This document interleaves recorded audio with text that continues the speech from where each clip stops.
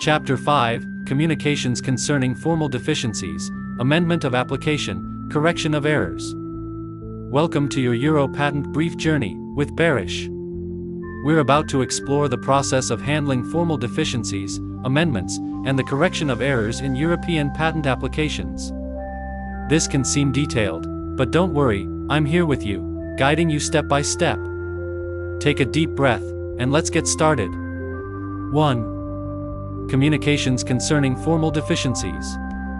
When an application is found to have formal deficiencies, during the formalities examination, the receiving section or, where appropriate, the examining division, will issue one or more communications to the applicant, identifying all the particular EPC requirements that have not been met.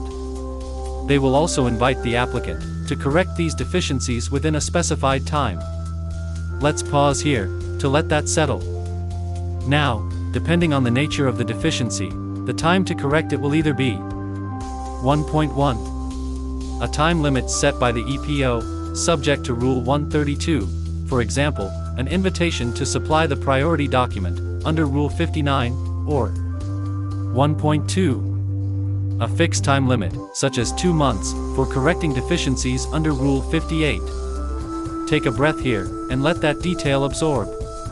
If the deficiency isn't rectified in time, the legal consequences, such as the application being deemed withdrawn, or the priority right being lost, will apply. Let's move on. 2. Amendment of application. 2.1. Filing of amendments. Before receiving the European Search Report, the applicant can only amend the application, if invited by the receiving section, to remedy specific deficiencies. For example, if the application was filed without any claims, the applicant must file a set of claims, in response to a communication under Rule 58. Take a moment here. Filing amendments must be in response to deficiencies, at this early stage. After the European Search Report is received, but before the first communication from the examining division, the applicant can, of their own volition, amend the description, claims, and drawings. If a search opinion accompanies the search report under Rule 62(1), the applicant must respond to it with observations or amendments.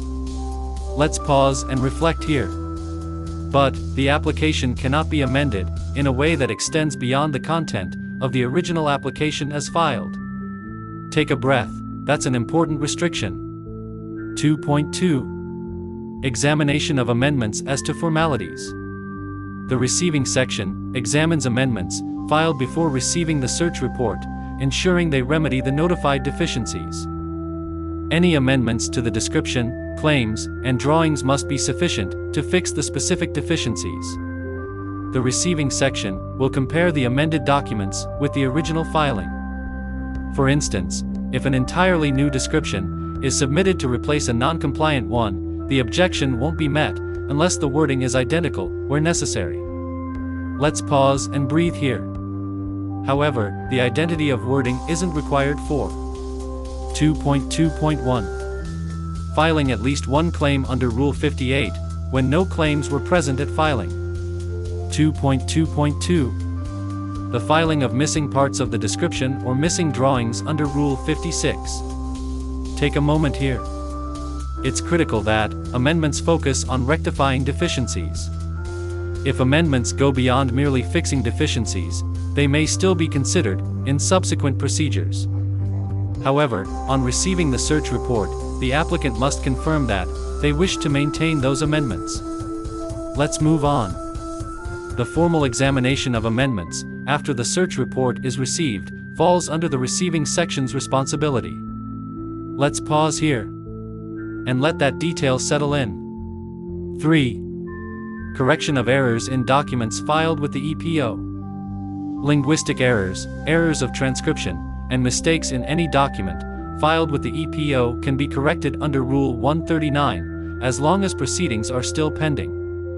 Requests for such corrections can be made at any time. However, if the error affects details that third parties might expect to take at face value, the request must be filed as early as possible to protect their interests. Let's pause here. there's a lot to consider when correcting priority claims or other important data. Priority claims can be corrected under Rule 52(3) within a certain time limit, allowing corrected priority information to be available by the time the application is published. After this, the correction may only be accepted, under specific circumstances, if it's clear from the face of the published application that a mistake was made.